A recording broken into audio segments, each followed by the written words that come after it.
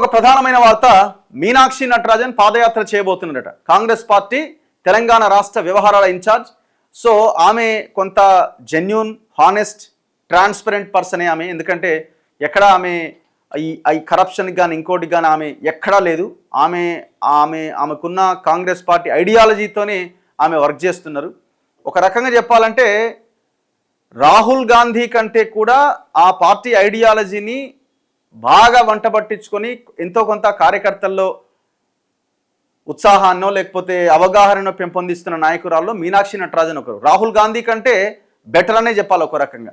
So ఆమెని తెలంగాణ రాష్ట్రానికి ఇన్ఛార్జిగా పెట్టిరు. ఎందుకు పెట్టిరు? మన దగ్గరకు వచ్చే ఇన్ఛార్జీలు మొత్తం 5 స్టార్ హోటళ్ళల్లో రూములు, కథ, వ్యవహారాలు, ఈడ పైసలు, దీని చుట్టే తిరుగుతుంది. కాబట్టి ఏ ఇన్ఛార్జ్ వచ్చినా అమ్ముడు పోయే బ్యాచే వస్తున్నది.